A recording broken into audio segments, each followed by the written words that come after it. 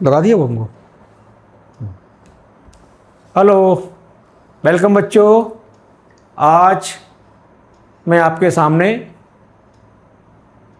12th chemistry solution का next video आपके सामने आज मेरा यहाँ पे प्रस्तुत कर रहा हूँ। इस वीडियो में, पिछले वीडियो में मैंने आपको मोलैलिटी इसके बारे में समझाया था, कुछ न्यूमेरिकल भी बताए थे। आज मैं आपको कंसंट्रेशन एक्सप्रेशन की जो मेथड होती है उसमें से एक मेथड होती है मोल फ्रैक्शन, मोल अंश, जिसको हम मोल प्रभाजी कहते हैं, उसके बारे में आपको बताऊंगा। आशा करता हूं ये वीडियो आपको पसंद आएगा। मेरे इस वीडियो को आप लाइक करें, चैनल को कृपया सब्सक्राइब करें, और मैं आपको और भी अच्छे अच्छे वीडियो मैं आपको भेजता रहूँगा, बनाता रहूँगा। तो लीजिए मैं आप शुरू करता हूँ। Mole fraction, actually mole fraction होता क्या है? तो हम जानते हैं कि जो सॉल्यूशन होता है, विलयन होता है, उस विलयन में अगर हमारा बाइनरी सॉल्यूशन है तो बाइनरी सॉल्यूशन में फर्स्ट कंपोनेंट जो होता है वो सॉल्वेंट होता है, यानी विलायक होता है, और सेकंड कंपोनेंट जो होता है, सेकंड घटक जो होता है वो होता है विलेय। तो अब अगर हम इससे पूछा जाए कि उस सॉल्यूशन में, उस विलयन में विलेय कितना है, कितना उसका कितना पार्ट है, तो इसको बताने के लिए हमें मोल फ्रैक्शन को समझना पड़ेगा। अब ये मोल फ्रैक्शन क्या होता है? देखिए, सपोज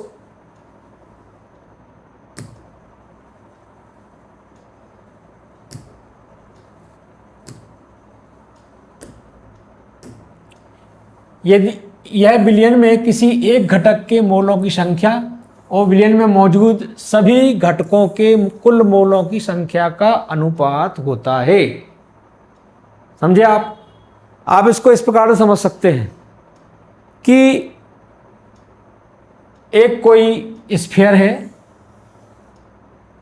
उस स्फीयर के हमने कितने पार्ट कर दिए? 4 पार्ट कर दिए। तो टोटल पार्ट कितने हुए उस स्फीयर में, उस गोले में? उस गोले में कितने पार्ट हो गए? 4 पार्ट हो गए।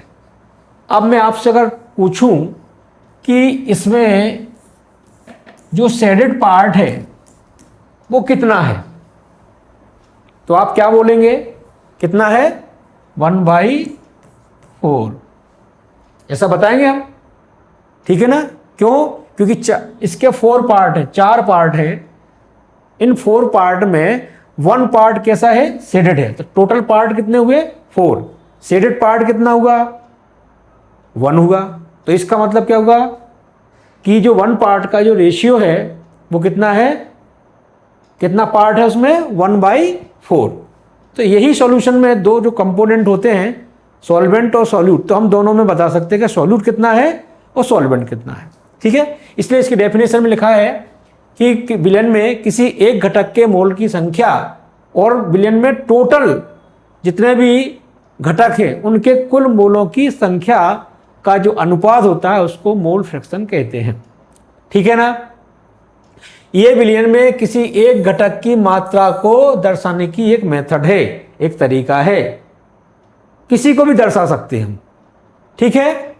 इसका फॉर्मूला क्या बनेगा फिर?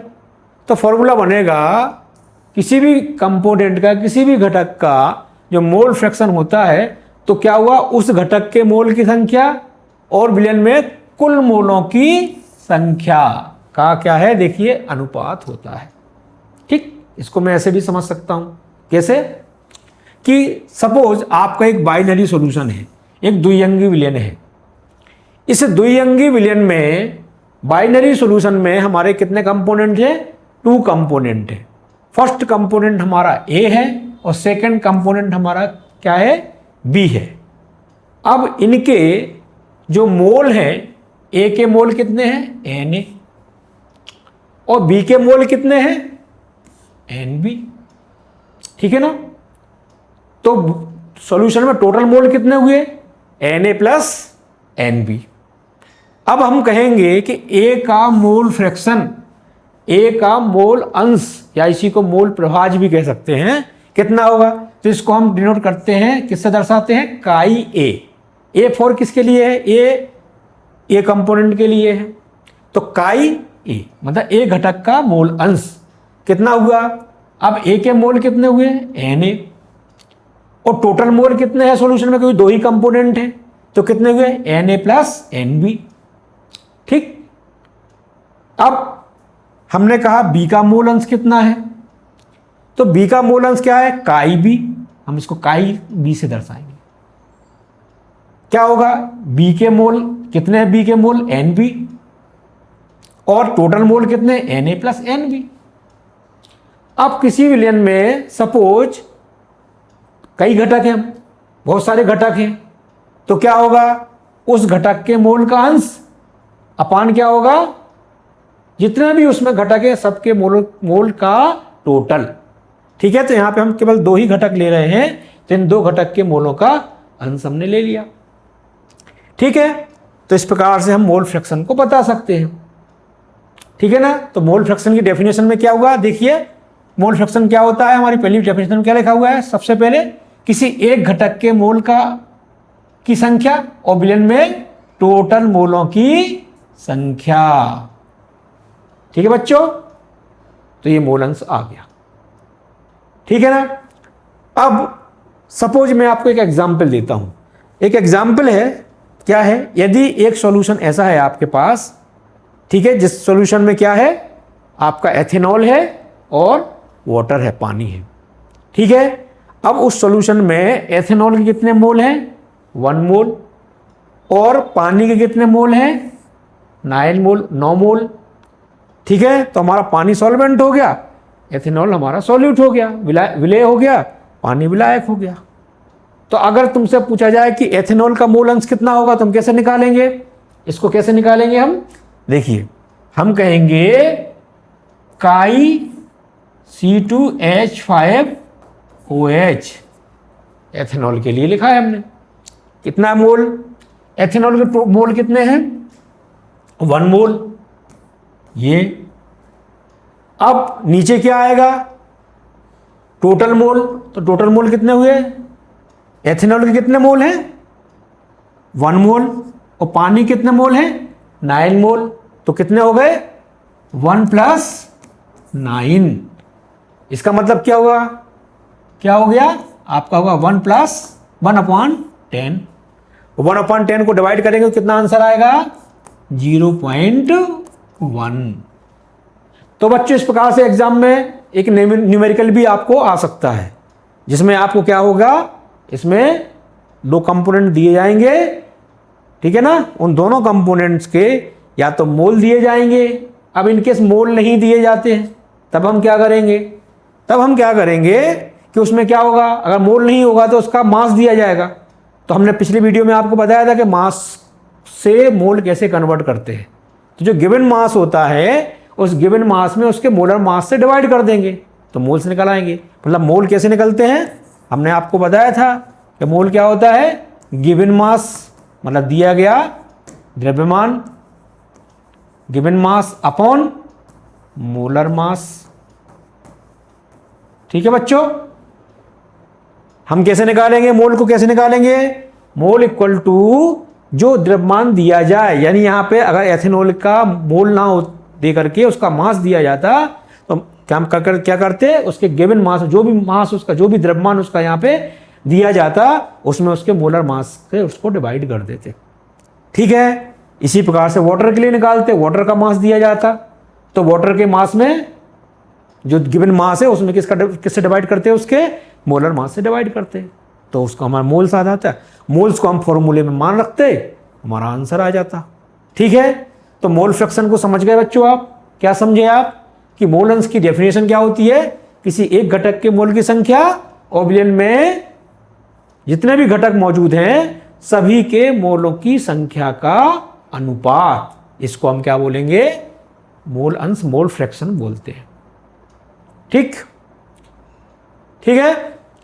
और ये जो मेथड, ये जो मोल फ्रैक्शन है, ये तापमान पर निर्भर नहीं करता।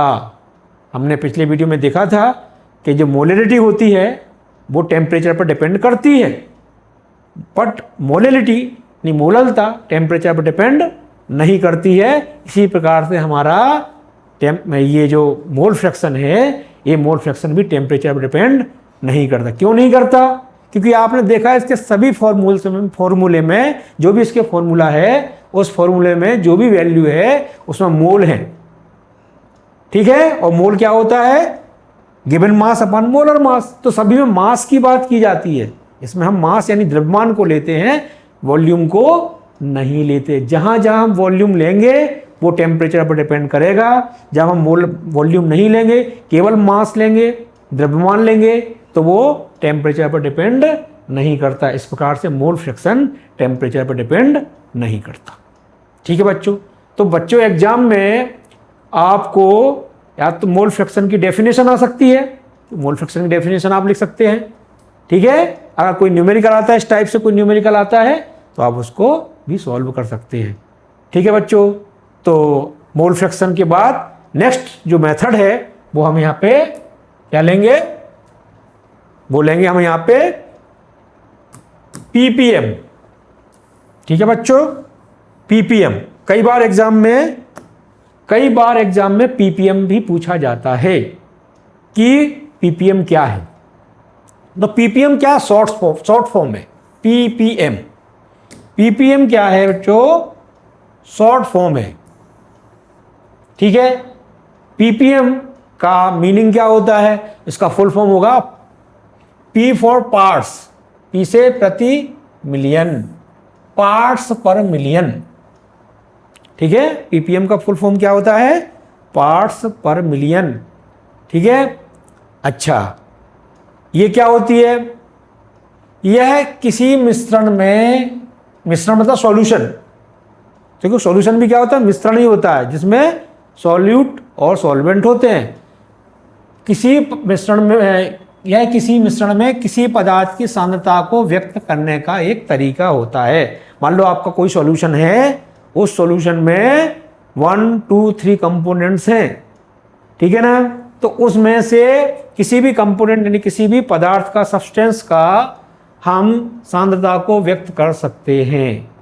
ठीक है। लेकिन इसमें डिफरेंस क्या होगा? इसका अपन यूज कब करते हैं पीपीएम का? इसका यूज जब किया जाता है, इसका उपयोग तब किया जाता है जब पदार्थ की मात्रा बहुत कम होती है। यानी हमारा जो सॉल्यूशन है, जो मिक्सचर है, जो मिश्रण है, उस मिश्रण में अगर हमारा सॉल्यूट बहुत कम है, तब हम इसका यूज करते हैं।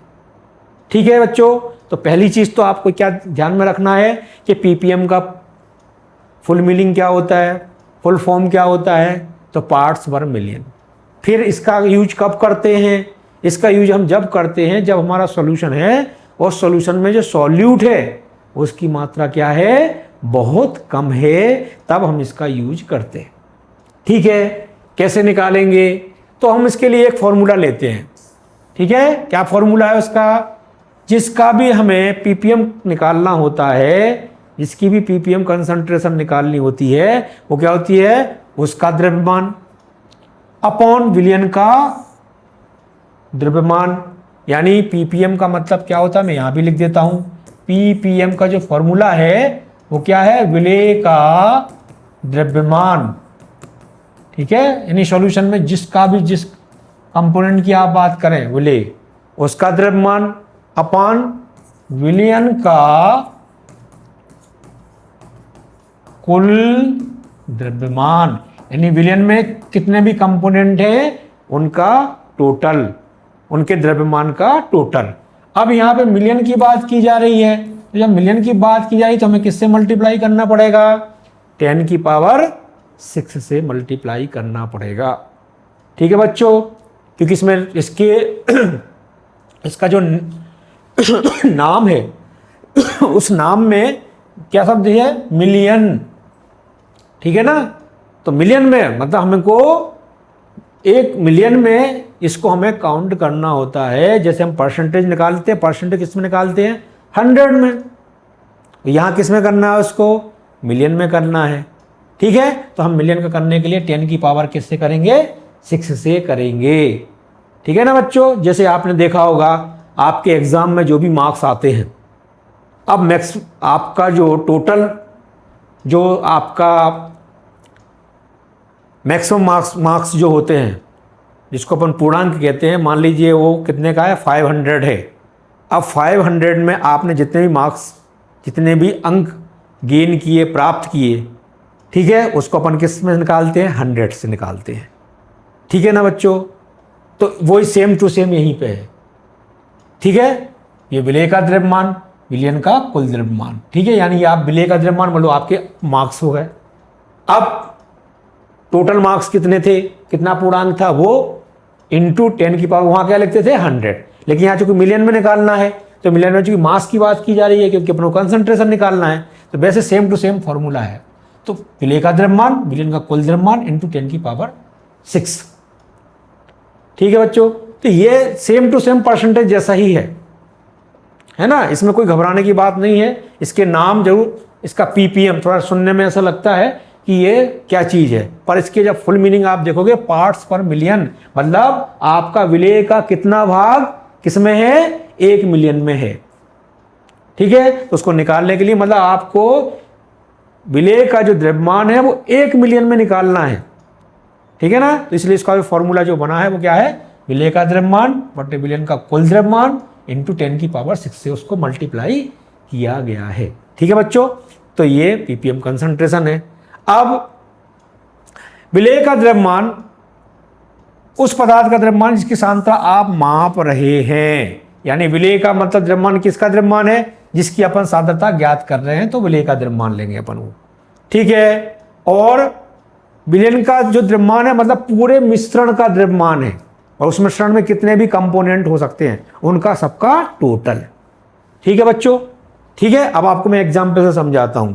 सपोज मान लीजिए कि आपके पास 1000 ग्राम पानी में 0.5 ग्राम फ्लोराइड है। ठीक है ना, आपका जो पूरा जो वाटर है, पानी है, कितना है पानी आपका?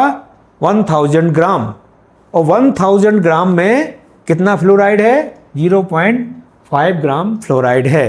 तो फ्लोराइड की पीपीएम कंसंट्रेशन क्या होगी? पीपीएम सांद्रता क्या होगी? तो कैसे निकालेंगे? पीपीएम इक्वल टू, अब इसमें लिखा है, देखिए, विलय का द्रव्यमान मतलब उस कंपोनेंट का द्रव्यमान जिसकी सांद्रता आपको ज्ञात करनी है। ठीक है, तो वो कितनी है? 0.5 ग्राम। कितनी है? यानी यहाँ पे पीपीएम बराबर क्या लिखेंगे अपन? उस विलय का द्रव्यमान कितना है? 0. फ्लोराइड, विलय मतलब यहाँ पे विलय क्या है? फ्लोराइड है, तो फ्लोराइड का द्रव्यमान कितना है? 0.5 ग्राम। ठीक है, अब नीचे विलयन का कुल द्रव्यमान, तो पानी कितना है आपका? 1000 ग्राम। कितना है? 1000 ग्राम, तो 1000 ग्राम नीचे आएगा आपका। ठीक है, अब अपन को निकालना कितने में है? कितने में निकालना है? 1 मिलियन में। तो 1 मिलियन मतलब 10 की पावर 6। ठीक है ना, क्योंकि आपने लिखा है पार्ट्स पर मिलियन, तो मतलब 10 की पावर 6। तो इसको जब सॉल्व करेंगे तो आपका आंसर कितना आएगा? 500 ppm। ये 500। ठीक है, इसको थोड़ा मैं साफ करता हूं। 5 क्या लिखेंगे? 500 ppm। ठीक है बच्चों, ये हो गया। तो फ्लोराइड की सांद्रता कितनी होगी पानी में? 5। तो आप देख रहे होगे आप 500 ppm। तो आप देख रहे होगे कि देखिए आपके पास पानी कितना है?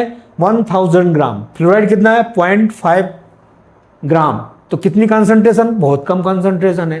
तो जब आपका विलयन जो है, यानी आपका जो मिश्रण है वो ज़्यादा मात्रा में है, उसमें विलय की मात्रा कम है, तो फिर हम इस कंसंट्रेशन का यूज करते हैं। ठीक है, मोस्टली किसके लिए उसका यूज किया जाता है? तो पीपीएम का जो उपयोग है वो किसके लिए करते हैं? वाटर पॉल्यूशन, जल प्रदूषण, एयर पॉल्यूशन, और खाद्य सुरक्षा, फूड जो है प्रोडक्शन, फूड प्रोडक्शन में, खाद्य सुरक्षा में, इसमें हमें इसका उपयोग किया जाता है। जैसे प्रदूषण में हम क्या करेंगे, वाटर में कितना है, जैसे अभी पानी में फ्लोराइड निकाला, ठीक है। वायु में यानी हमारा जो एयर है उस एयर में कितनी कार्बन डाइऑक्साइड है, कितना कार्बन मोनोऑक्साइड है, उसके लिए इसी प्रकार से फूड में कितनी मिलावट है, किस कंपाउंड की मिलावट कितनी है, उसकी मिलावट के लिए हम इस मेथड का यूज करते हैं। तो बच्चों आपने देखा कि पीपीएम क्या होती है, सिंपल है, बिल्कुल कठिन नहीं है, बिल्कुल सिंपल है। पीपीएम मतलब पार्ट्स पर मिलियन, मतलब 1 मिलियन में उसकी सांद्रता कितनी है, यही आप लिखा हुआ है, ठीक है। तो ये हो गई बेटा पीपीएम सांद्रता, ठीक है बच्चों। अब नेक्स्ट जो है, नेक्स्ट मेथड जो है वो कौन सी है, मास परसेंटेज, द्रव्यमान प्रतिशतता। क्या है बच्चों, मास परसेंटेज, द्रव्यमान प्रतिशतता, ठीक है, द्रव्यमान प्रतिशतता।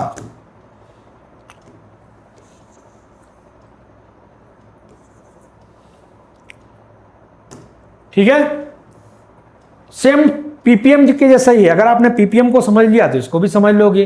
पीपीएम क्या होता है, आपको विलेय का द्रव्यमान निकालना है, विलेय की कंसंट्रेशन या उस पदार्थ की कंसंट्रेशन कितने में निकालनी है, 1 मिलियन में। यहाँ पे पदार्थ की कंसंट्रेशन कितने में निकालनी है, 100 में, ठीक है। तो द्रव्यमान प्रतिशतता को हम W/W भी कहते हैं। क्यों, क्योंकि यहाँ पे आपका जो विलेय है, ठीक है, उसका भी मास दिया गया है और विलयन का भी मास है, ठीक है। तो यह विलयन में विलेय के द्रव्यमान का प्रतिशत होता है। इसका मतलब क्या हुआ कि जो आपका सॉल्यूशन है उस विलयन में विलेय का परसेंटेज कितना है, परसेंटेज कितने में होता है, 100 में, ठीक है ना। परसेंटेज किस में होता है, 100 में। तो आप परसेंटेज निकालना तो जानते ही हो, प्रतिशत निकालना तो आप समझते हुए हो कि कैसे निकाला जाता है प्रतिशतता। कोई परसेंटेज कैसे निकालते हैं, परसेंटेज क्या होता है, यूं। परसेंटेज क्या करते हैं अपन, जैसे आपको जिसका भी परसेंटेज निकालना हो, जैसे इसमें दिया है विलेय का द्रव्यमान, विलेय का द्रव्यमान, आपको विलेय का परसेंटेज निकालना है। तो विलेय का परसेंटेज कैसे निकालोगे, तो विलेय का द्रव्यमान किस में है, ये विलयन का कुल द्रव्यमान, विलयन का कुल द्रव्यमान आपका सॉल्यूशन में क्या है, कुल द्रव्यमान कितना है, इनटू क्या करोगे अब वहां पे 100। देखा बच्चों, सेम टू सेम हो गया पीपीएम के जैसा, हो गया कि नहीं हो गया। वहां पे, यहाँ पे सॉरी, यहाँ पे अपन को 100, वहां पे अपन ने क्या लिखा था 10⁻⁶, 1 मिलियन।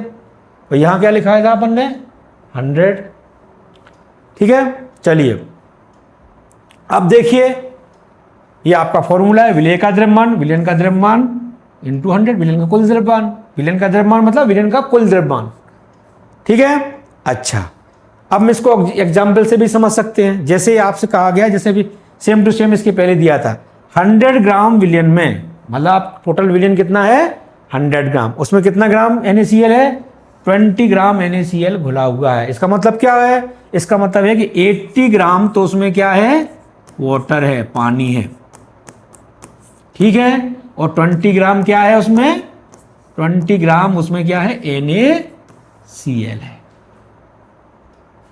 ठीक है। इसका मतलब क्या हुआ कि टोटल सॉल्यूशन कितना है आपका 100 में 80 ग्राम तो आपका पानी है, उसमें सॉल्यूशन में 80 ग्राम क्या है, पानी है, और 20 ग्राम क्या है उसमें, NaCl है। तो फिर क्या निकालेंगे, उसका परसेंटेज कितना हो जाएगा, 20%, ठीक है। 20% का मतलब ये हुआ कि 80 ग्राम पानी और 20 ग्राम NaCl, ठीक है बच्चों। ये इस तरह से अपन मास परसेंटेज की बात करते हैं। तो क्लियर हो गया ना, मास परसेंटेज क्या है, विलयन द्रव्यमान प्रतिशतता क्या होती है कि विलयन में विलेय के द्रव्यमान का परसेंटेज क्या है। हमारा जो विलयन है, उस विलयन में जो भी विलेय है उस विलेय का परसेंटेज मतलब कितना है, 100 में कितना है वो। तो 100 में निकालने के लिए विलेय का द्रव्यमान अपन विलयन का कुल द्रव्यमान इंटू 100। जैसे कि आपने लिखा हुआ है 20%, ये लिखा है 20%। अब इस 20% को अगर हम निकालते हैं तो कैसे निकालेंगे, अब परसेंटेज देखिए 20 आपका क्या हो गया, क्या हो गया 20 NaCl। ठीक है, विलेन का कुल द्रव्यमान कितना है 100। ये 100 कैसे आया, 80 ग्राम पानी 20 ग्राम वाटर, 80 ग्राम वाटर 20 ग्राम NaCl।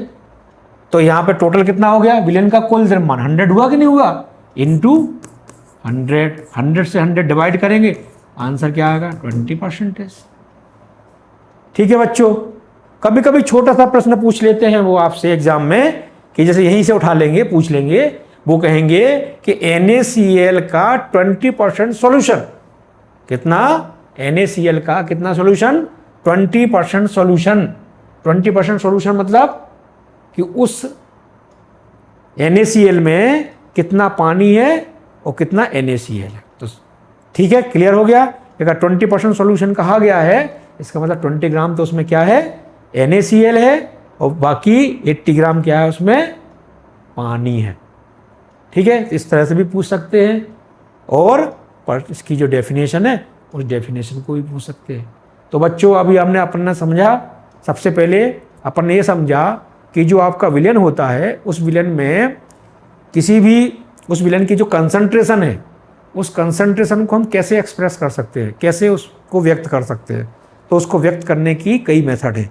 सबसे पहले हमने पढ़ी थी मोलरता, जिसको इंग्लिश में मोलरिटी कहते हैं। फिर हमने पढ़ी मोलेलिटी, इसको मोललता कहते हैं। फिर हमने पढ़ा मोल फ्रैक्शन। फिर हमने उसके बाद पढ़ा क्या, ppm कंसंट्रेशन, ppm सांद्रता। उसके बाद हमने क्या पढ़ा, उसको द्रव्यमान प्रतिशतता को हमने पढ़ा है और जाना है। तो बच्चों इस तरह से हमने ये देखा कि जो है सॉल्यूशन के अंदर इस मेथड को हम कैसे कर सकते हैं, ये हमने यहाँ पे सीखा। और आशा करता हूँ कि आप सभी बच्चों को ये बहुत अच्छे से समझ में आ गया होगा।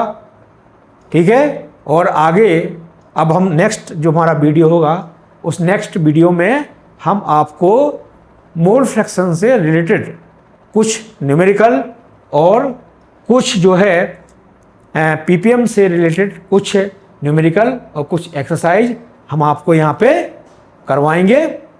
ठीक है बच्चों, इस तरह से ये वीडियो समाप्त होता है। थैंक यू, धन्यवाद।